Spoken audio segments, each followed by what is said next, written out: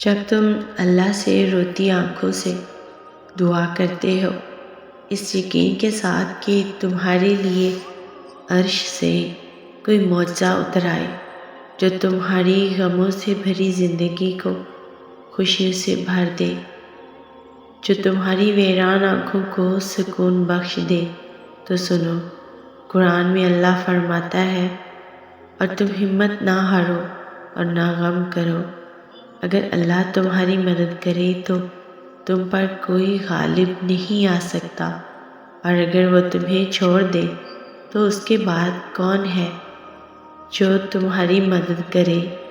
ایمان والوں کو اللہ ہی پر بھروسہ رکھنا چاہیے۔ اکثر لوگوں کا اپنی قسمت کو لے کر سوال ہوتا ہے کہ اللہ ہماری قسمت کے فیصلے آسمانوں پر کرتا ہے اور پھر ہمیں وہی عطا کرتا ہے جو ہمارے حق میں بہتر ہوتا ہے، لیکن کبھی کبھار خدا کے کیے ہوئے فیصلے بھی بہت تکلیف دیتے ہیں کہ وہ ہمیں کچھ عطا کرنے کے بعد واپس کیوں لے لیتا ہے۔ تو یاد رکھیں، جب ہم اللہ کے فیصلوں کی قدر نہیں کرتے تو وہ ہم سے اپنی دی ہوئی نعمت واپس لے لیتا ہے، کبھی آزمائش کے طور پر تو کبھی سزا کے طور پر، کیونکہ وہ ہمیں دے کر بھی آزماتا ہے اور ہم سے لے کر بھی ہمیں آزماتا ہے، اور ہماری ہر تکلیف یا تو ہمارے کیے کی سزا ہوتی ہے یا خدا کی آزمائش۔ تو کیسے پتہ چلتا ہے کہ ہمارا دکھ سزا ہے یا آزمائش؟ تو اگر تمہاری تکلیف، تمہارا دکھ تمہیں خدا کے قریب کر دے تو آزمائش ہے، اور اگر گمراہ کر دے تو سمجھ لے کہ آپ کے لیے سزا ہے۔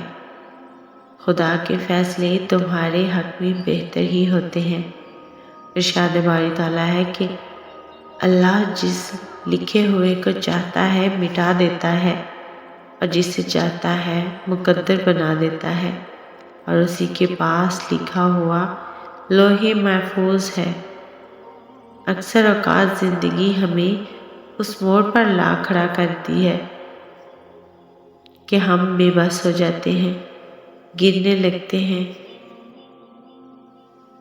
تو پھر یہ یاد آتا ہے ان اللہ مع الصابرین، کہ بے شک اللہ صبر کرنے والوں کے ساتھ ہے۔ پھر دل اللہ کی چاہت میں مڑتا ہے۔ یہ ہوتے ہیں ایمان والے، کامل ایمان والے، جو صالح بن جاتے ہیں، جنہیں قیامت کے روز صالحین کے ساتھ اٹھایا جائے گا۔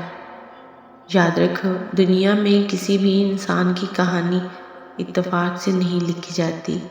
جو ذرے ذرے کے حال سے واقف ہے وہ اتفاق کیوں کرے گا؟ وہ طے کرے گا۔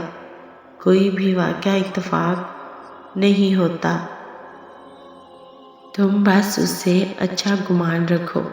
اچھا گمان رکھو گے تو یقیناً سب اچھا ہی پاؤ گے۔ جیسے ساری قدرتیں اس کے روبرو سجدہ ریز ہوتی ہیں، بالکل ویسے ہی دعاؤں کی جانب وہ تمہاری رہنمائی کرتا ہے۔